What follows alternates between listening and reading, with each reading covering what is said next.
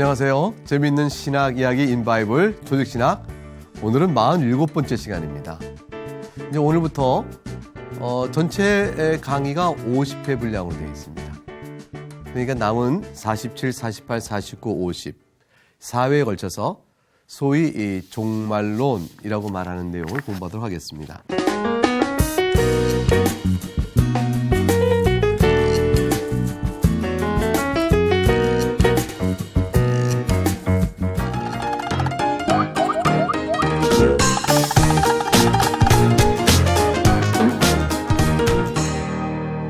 마지막 때가 되면 어떤 일이 벌어질까? 이 종말론에 대한 공부의 내용은 우리 한 개인의 일생이 다 끝이 나면 어떤 일이 벌어지는 것이지? 라는 내용이 있겠죠. 그래서 개인 종말론 공부할 수 있습니다. 그 다음에 하나님 만드신 이 세상 자체가 끝이 날 때는 어떤 일이 벌어진 것일까? 우주 종말론, 이렇게 구별될 수 있겠습니다. 우리는 오늘은 이제 개인 종말론과 관련해서 사람이 죽음이란 도대체 무엇이고, 죽음이란 무엇이며, 죽음 이후에는 어떤 일이 벌어지지? 이에 대해서 공부하도록 하겠습니다. 사람이 이 세상에서 태어난 사람 중에서 사망하지 않는, 죽음이 없는 사람은 아무도 없죠. 다 죽습니다. 그것은 성경에 나와 있는 대로 죄액사시고, 또 사람이 한 번 죽는 것은 정한 이치라고 말씀이 되어졌기 때문에 우리는 부인하지 않습니다. 이 죽음이란 것은 어떠한 것이며 어떤 관점에서 바라봐야 되고, 또 어떤 죽음 자체가 인간이 범한 죄와 그로 인한 죄책으로 야기된 형벌이라고 얘기했을 때, 인간에게 사망을 항상 슬픈 일이죠.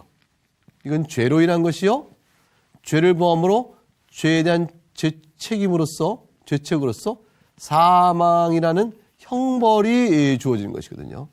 따라서 사망 자체는 슬픈 것입니다. 그런데 이 사망에 대해서, 죽음에 대해서 우리가 바라봐야 될 신학적 관점, 성경이 우리에게 말하고 있는 관점을 좀 더 살펴보게 되면 세 가지 종류의 죽음이 나와요. 세 종류의 죽음이 나옵니다. 첫째는 영적 죽음이죠. 영적 죽음.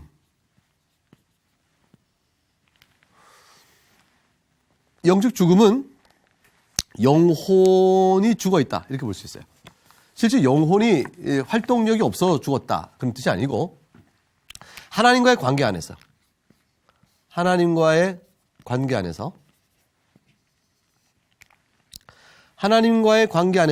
죽은 자의 죽음이 있습니다. 그런데 아담과 하와가 범죄했을 때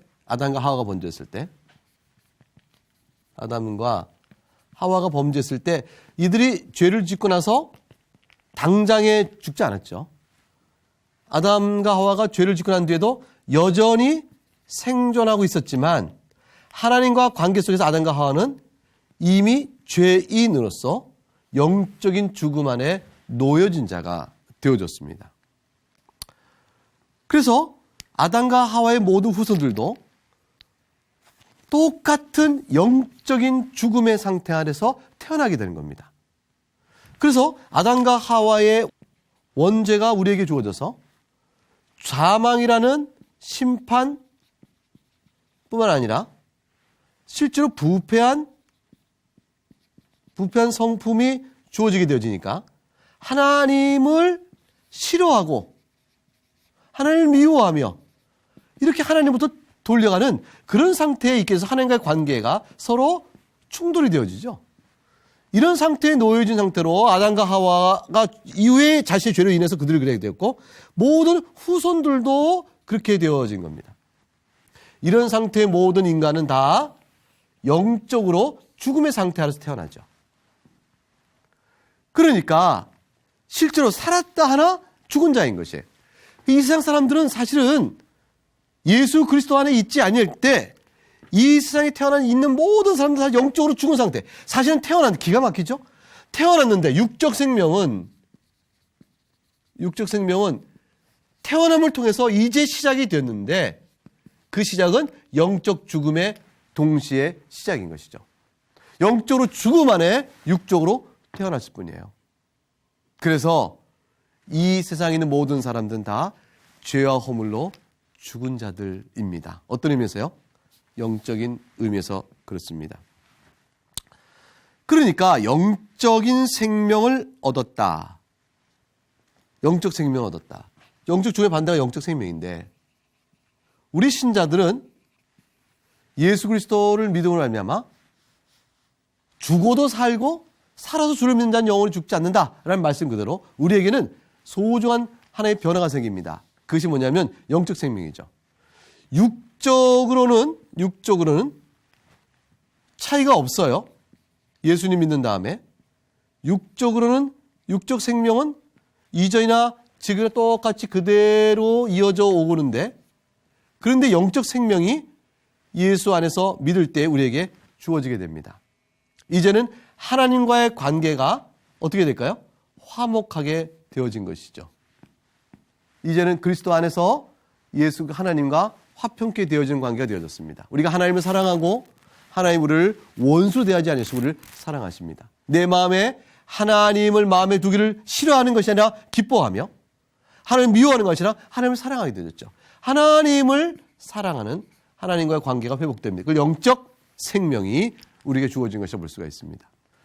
그런데 성경에 보게 되면 이런 영적 죽음 외에 우리가 일반적으로 얘기하고 다 아는 죽음, 그 한 죽음을 또한 얘기합니다. 그것은 뭐냐면 육적 죽음입니다.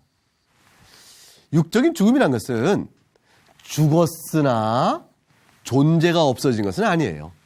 다시 말하면 몸과 영혼이 분리되어 버린 겁니다. 몸과 영혼이 분리해서 몸은 무덤에 이르게 되고 화장하게 되고 썩어버립니다. 썩어져 없어버립니다. 그래서 이거는 화학적으로 분해되어 버리죠.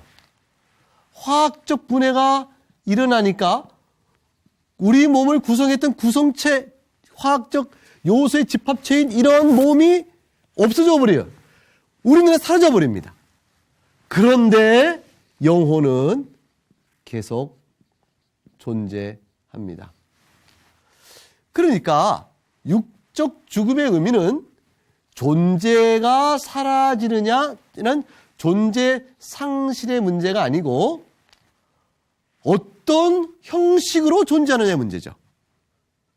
몸과 영혼을 가지고 있는 형식이냐. 존재가 계속되는데 1.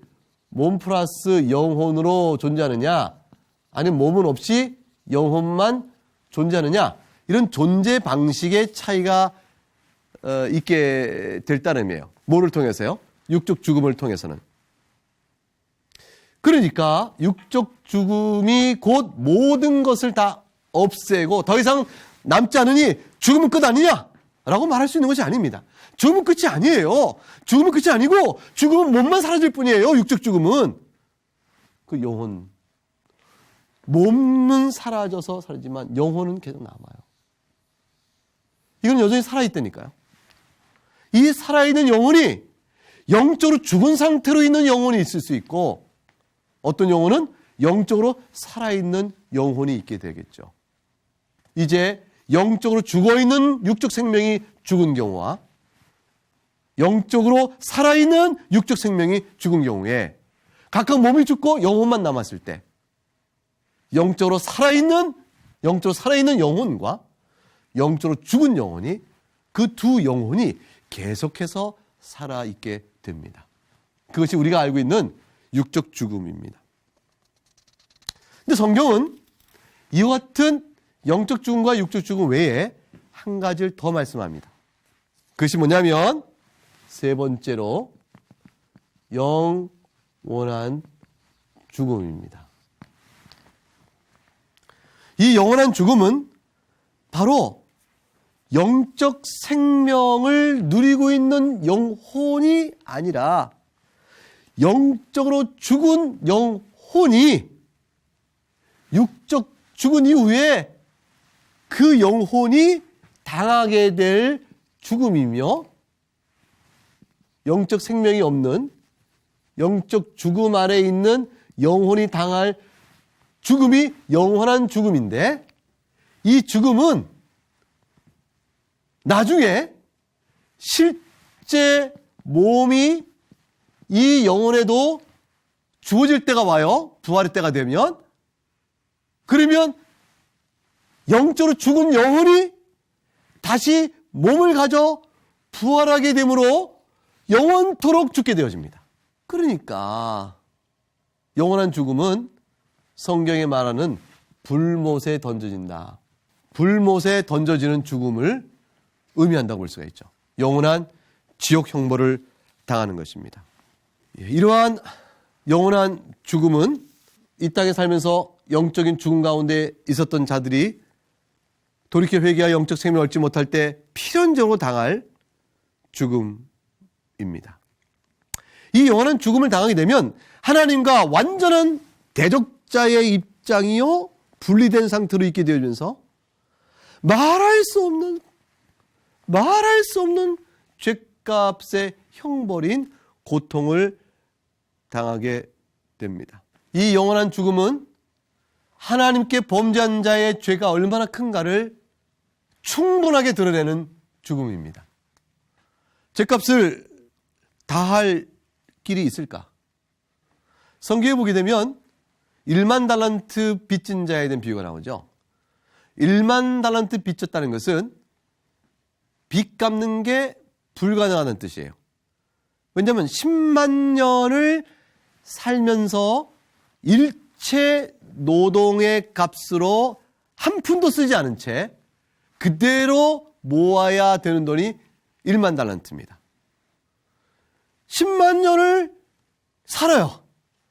100살을 산다고 그러고 1000번 다시 살아야 10만 년인데, 그러면 100세 인생을 1000번을 다시 살면서 한 푼도 안 쓰고 노동값을 다, 그것도 100년 동안 일해서 나면서부터는 뭐 일 못하는 거 빼고 나면서부터 하루에 노동상을 다 받는다 치고 그렇게 해서 1000번을 다시 살아야 100년씩.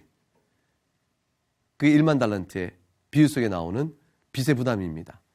주님이 그 비유는 무슨 뜻이겠어요? 불가능하다는 뜻이죠. 우리가 하나님께 지은 죄값을 치른다는 것은 그렇게 갚을 수가 없다는 것이에요. 갚을 수 없기 때문에 결국 그 형벌은 영원해지게 된 것입니다. 영원한 형벌을 죽어서 육체 죽음 속에서 받기 시작하다가 나중에 몸이 부활하여 부활된 몸으로 영원한 형벌을 계속 받게 되어집니다. 그래서 가르쳐서 영원한 죽음이라고 말씀합니다. 성도는 예수 그리스도 안에 있음으로 인해서 이 모든 세 가지 죽음이 다 해결되어 버립니다. 예수 그리스도께서 우리에게 주시는 생명의 부활의 그 능력은 이 세 가지 죽음의 문제를 다 해결해 주십니다. 그리스도의 죽음은 그 자신이 부활하심으로 인해서 실제 자신의 죽음에 대해 승리하였음을 선언하셨습니다. 로마서 6장 9절에 그리스도께서 죽은 자 가운데서 다시 살아나셨음에 다시 죽지 아니하시고 사망이 다시 그를 주장하지 못할 줄로 아미라. 그리스도께서 죽은 자 가운데서 살아나셨음에 다시는 죽지 아니하실 것이요 사망이 다시 그리스도를 주장하지 못할 줄로 아미라. 로마서 6장 9절에 선언된 바대로 사망은 그리스도를 붙들 수가 없었습니다. 그리스도께서 죽음을 이기신 것이죠. 그런데 그리스도께서는 죽음을 이기신 그 승리를 자기 자신에게만 적용하시는 것이 아니고 자신에게 속한 모든 성도들에게도 그대로 적용해 주십니다. 그러니까 고린도전서 15장 55절과 57절의 말씀을 읽어보겠습니다. 사망아 너희 승리가 어디 있느냐? 사망아 네가 쏘는 것이 어디 있느냐? 사망이 쏘는 것은 죄요 죄의 권능은 율법이라. 우리 주 예수 그리스도로 말미암아 우리에게 승리를 주시는 하나님에게 감사하노니. 이게 신자 모두가, 예수 그리스도 안에 있는 모두가, 여러분과 제가 약속받고 있는 생명의 은혜입니다. 이러한 죽음에 대한 승리는 결국 죽음을 권장하고 있는 마귀의 권세에 대한 승리죠. 마귀는 죽음의 권세를 주장하고 있다고 성경에서 말합니다. 하지만 이 마귀의 권세가 본래 자기 것이 아닙니다. 음부의 영원한 지배자가 아니요, 불못의 지배자가 아니에요. 마귀는 일시적으로 사망의 권세를 지배하고 있는 자로 말하고 있지만 하나님의 절대적인 주권 앞에서는 하나님의 피조물에 불과하기 때문에 마귀의 권세는 하나님 앞에 영적으로 죽은 자들에게 행사하는 일정한 제한된 영향력일 뿐입니다. 영적으로 죽은 자에게 행사하는 제한된 영향력을 가지고 하나님을 배반하게 하고 하나님을 떠나 죄 중에 있게 하다가 나중에 영원한 죽음에 자신도 던져지고 저들도 함께 던져지도록 할 따름인 것이죠. 그래서 마귀의 죽음의 권세를 두려워할 이유가 없습니다. 하나님의 절대 권세 안에서는 마귀의 죽음의 권세는 그도 죽게 됨으로 인해서 파괴될 것이요, 영원한 죽음 안에서 녹이 되기 때문에 권세는 그냥 파괴될 것입니다. 예수 그리스도 안에 있는 신자에게는 육체의 죽음과 부활을 통해서 주님께서 이미 마귀의 권세를 멸하셨기 때문에 우리들 또한 음부의 권세가 우리를 다스리지 못할 생명의 은혜를 받고 있게 되어집니다. 자, 그러면 예수 그리스도 연합한 신자들은 결국 그리스도로 말미암아 속죄의 형벌, 죄값이 다 치러졌고, 그렇다면 신자는 왜 죽어야 하는 것일까요? 육적 죽음. 이미 신자가 살아있는 동안에 영적 생명을 누리고 있잖아요. 예수님 믿음으로 예수 십자가 안에서 얼마나 복되어 부활의 은혜 가운데서 영적 생명을 누리고 있습니다, 우리가. 그러니까 육적 죽음을 보지 않고 바로 영원한 생명, 영원한 생명, 영생, 영원한 생명을 바로 누리도록 육체 생명이 연장돼 가면 얼마나 좋을까? 이런 생각을 혹 하는지 모르겠어요. 주님, 내가 예수님 믿고 영적으로 살아났잖아요. 그러니까 이제는 육적 생명이 영원한 생명을 누리고 있는 자답게 육적 생명이 육적 죽음을 보지 않고 바로 이어져 갈 수는 없을까요? 만일 그런 일이 있다면 아마도 베드로도 아직 살아있겠죠? 바울도 살아있을 것이고. 왜냐면 다 영적으로 살아있고 육적 죽음 안 보고 계속 살아있을 테니까. 그러면 지금 바울은 몇 살일까요? 바울 사도는 아마 2000년쯤 되니까 2000살쯤 되셨겠네요. 2000살 된 노인. 이상하죠? 주님께서 예수 그리스도 안에서 영적인 생명을 얻은 자도 육적인 생명이 계속되지 않고 육적인 죽음을 겪도록 하셨습니다.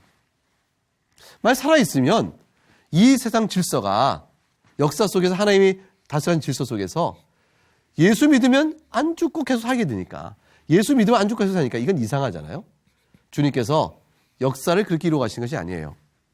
주님은 영적 생명이 주어진 성도라 할지라도 육적 죽음을 죽게 하시는 아주 거룩하고 특별한 뜻을 가지고 계셨습니다.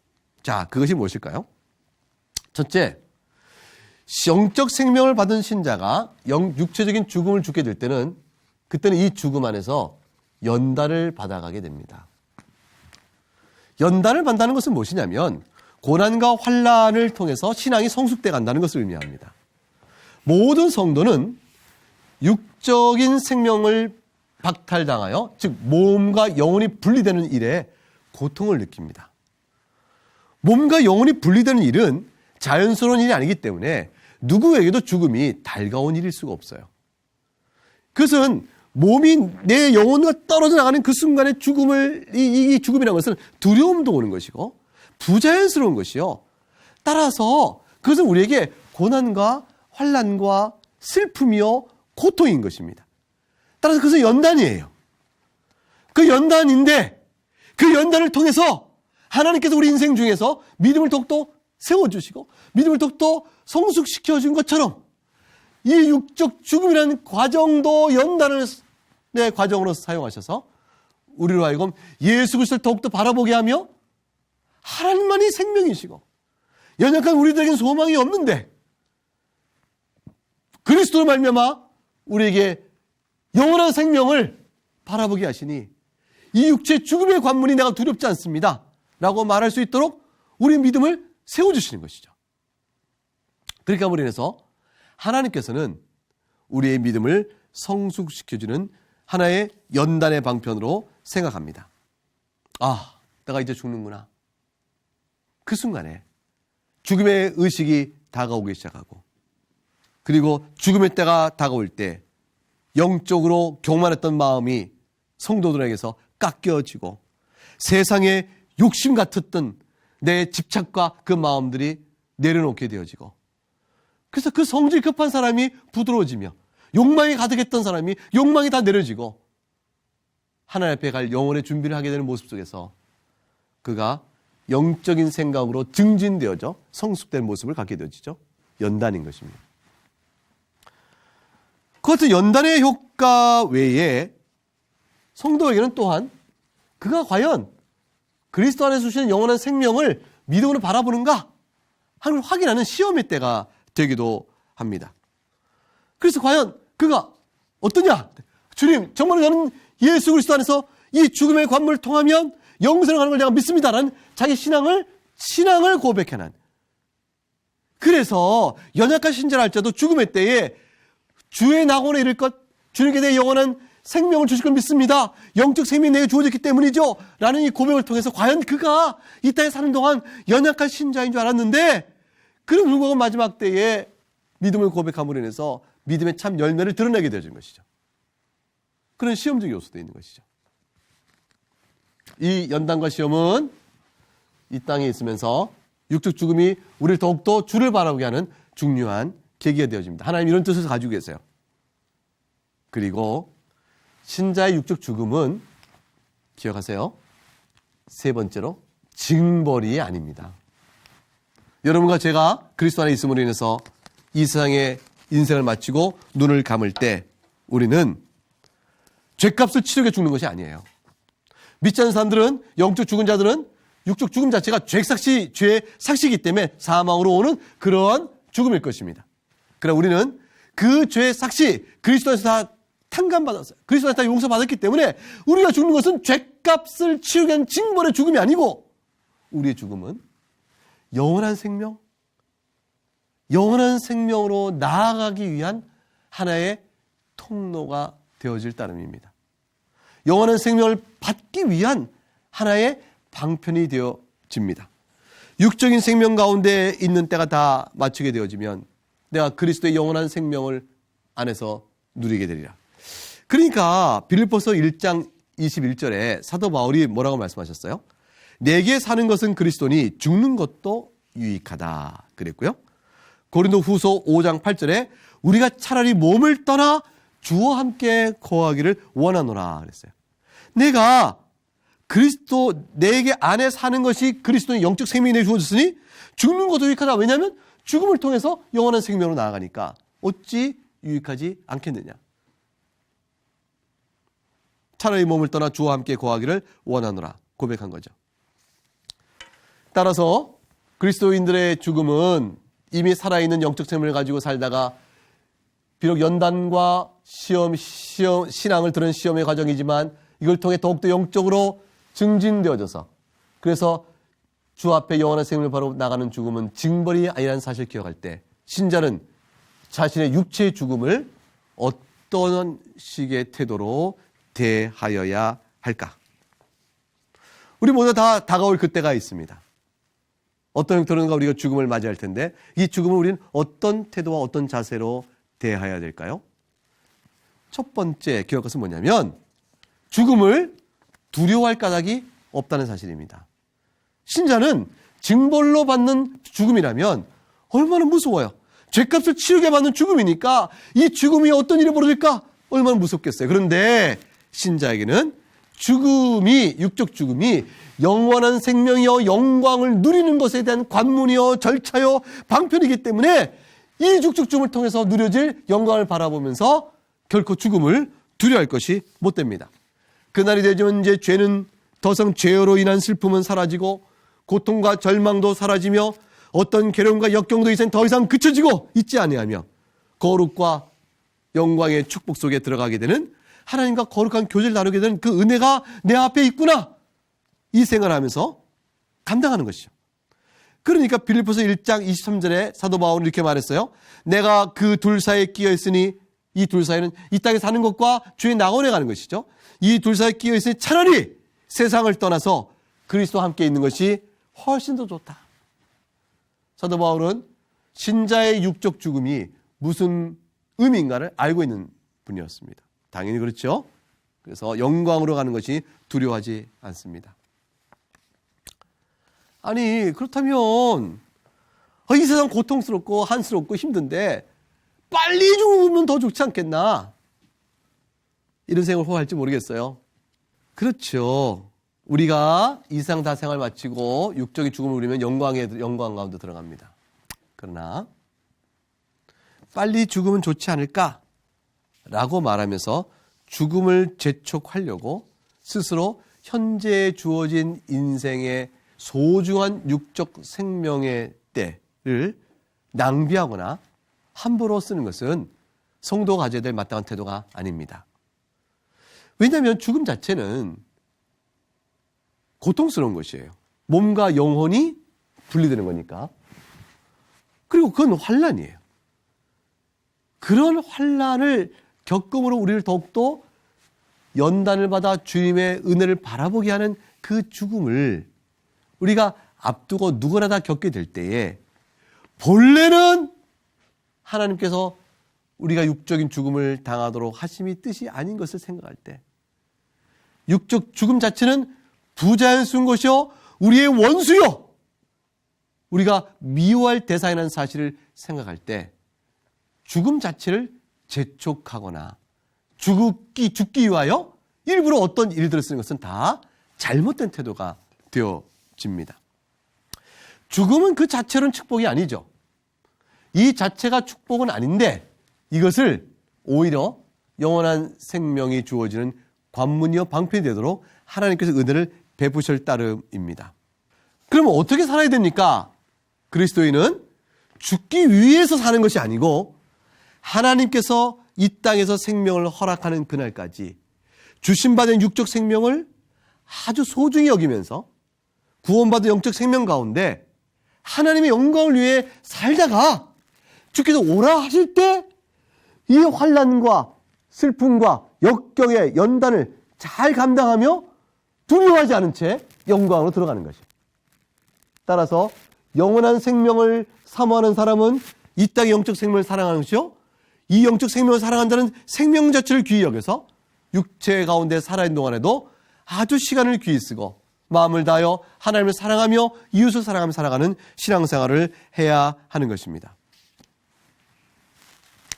그리스도인은 죽음을 두려워할 필요가 없습니다. 근데 또한 그리스도인은 죽음을 슬퍼하여서도 안 됩니다. 아니, 어떻게 죽음을 슬퍼하지 않을 수 있어요? 저는 내가 겪는 내 죽음이야. 내가 죽으니까. 그렇지만 사랑하는 사람, 사랑하는 부모님, 형제, 친구, 만일 자식도 나보다 먼저 떠난다면 그 슬픔을 어떻게 부인하란 말입니까? 너무 비정상적이잖아요. 그렇게 말할 수 있죠. 그렇죠. 그렇습니다. 지금 말씀드리면서 그런 것이 아니에요. 죽음을 두려워할 필요가 없고 또한 슬퍼하지 말라는 의미는 소망이 없는 자처럼 슬퍼하지 말라는 것입니다. 소망이 없는 자처럼 절망에 통곡을 하지 말라, 그 뜻입니다. 왜냐하면 우리에게는 죽음이 끝이 결코 아니니까. 예수님께서도 이 땅에 계신 동안에 육적 죽음 때문에 고통받는 자들을 바라보시고 같이 마음에 우셨어요. 나인성의 과부가 그 외아들이 죽은 것을 놓고 울 때 주님도 우셨고, 실제로 마르다와 마리아의 오라비인 나사로가 죽어서 유대인들 통곡하는 걸 보고 주님도 마음에 우셨습니다. 그런 의미에서의 그리스도인들이 육적 죽음으로 헤어지는 가운데 슬퍼하는 일은 자연스러운 일일 것입니다. 그러나 마치 절망된 자처럼, 불신자도 영적으로 죽은 자가 육주 살다가 영적 죽은 자가 육적 죽음을 당하고 영원한 죽음에 이를 자처럼 운명이 그런 자인 것처럼 통곡하며 우는 일은 성도가 할 일은 아닌 것입니다. 육적 죽음의 헤어짐 때문에 슬피 울고 그 또한 연단의 기회를 삼아 자신의 믿음을 세워가며 소망에 있을 영원한 생명을 바라보는 가운데 더 감당하는 것이죠. 그러므로 슬퍼할 수 있으나 절망하는 점 슬퍼하는 것은 신자의 태도는 아니겠다 싶습니다. 따라 신자는 이와 같은 상황 안에서 내가 언제 얼만큼 살다가 주 앞에 이르게 될까라는 죽음의 시기에 대해서 항상 주님 앞에 의탁하는 믿음을 가져야 합니다. 아, 주께서 나를 부르실 때 내가 이 땅을 떠나게 되겠구나. 그러므로 내가 주어진 죽음의 시기에 대해서는 주의 주권 앞에 앞두면서 길게 살건 혹은 짧게 살건 주님이 나를 불러가실 때 나는 가는 것이라 라는 마음으로 담대한 마음으로 인생살이를 살아갈 수 있어야 할 것입니다. 죽게 되면 어떠한 일들을 겪게 될까요? 죽게 되면 우리 육체와 영혼이 분리되면 영혼은 의인의 영혼은 낙원으로 가게 됩니다. 영적인 생명을 지닌 영혼은 자 보세요. 영적 생명 있는 영혼, 영적 생명을 지닌 영혼은 낙원으로 갑니다. 그리고 영적으로 죽음 가운데 있는 영혼은 어디로 갈까요? 음부로 간다. 이렇게 생각이 됩니다. 낙원과 음부는 서로 구별되어서 낙원에서는 부활의 때를 바라보며 주님과 더불어 영원한 생명의 희락을 누리고 있게 될 것이고 영적으로 죽은 자들의 영혼은 음부에 가 영원한 사망이요 불못의 고통을 미리 맛보게 될 것입니다. 이 낙원은 좋은 곳이지만 완성된 곳은 아니에요. 왜냐하면 나중에 몸을 다시 잊게 될 날을 기다리게 되니까. 몸과 영혼이 떨어지는 것은 자연스러운 일이 아니라고 그랬죠? 낙원에 있는 영혼은 주님을 배우면서 기쁘겠지만 자연스러운 것은 아니죠. 그 영혼이 몸의 부활의 때를 바라보며 주 앞에서 그 마지막 때를 기다리게 될 것입니다. 기억하세요, 성도 여러분. 영적 생명을 받은 우리들은 죽은 이후에 육적 죽은 뒤에 영적 생명을 지닌 영혼으로서 낙원에 이르게 되어집니다. 주님 다시 오실 날을 바라보게 되어집니다. 그렇지 않은 사람들은 음부에 이르러서 영적 죽은 영혼 가운데서 고통을 보게 됩니다. 사람이 죽은 다음에 있게 될 일이죠. 우리를 모든 죽음에서 건지신 그리스도의 은혜를 깊이 감사하면서 찬송하며 주어진 인생 길 잘 감당하시는 여러분 될 수 있기를 주의 이름으로 축복합니다. 여기서 오늘 강의를 마치겠습니다. 감사합니다.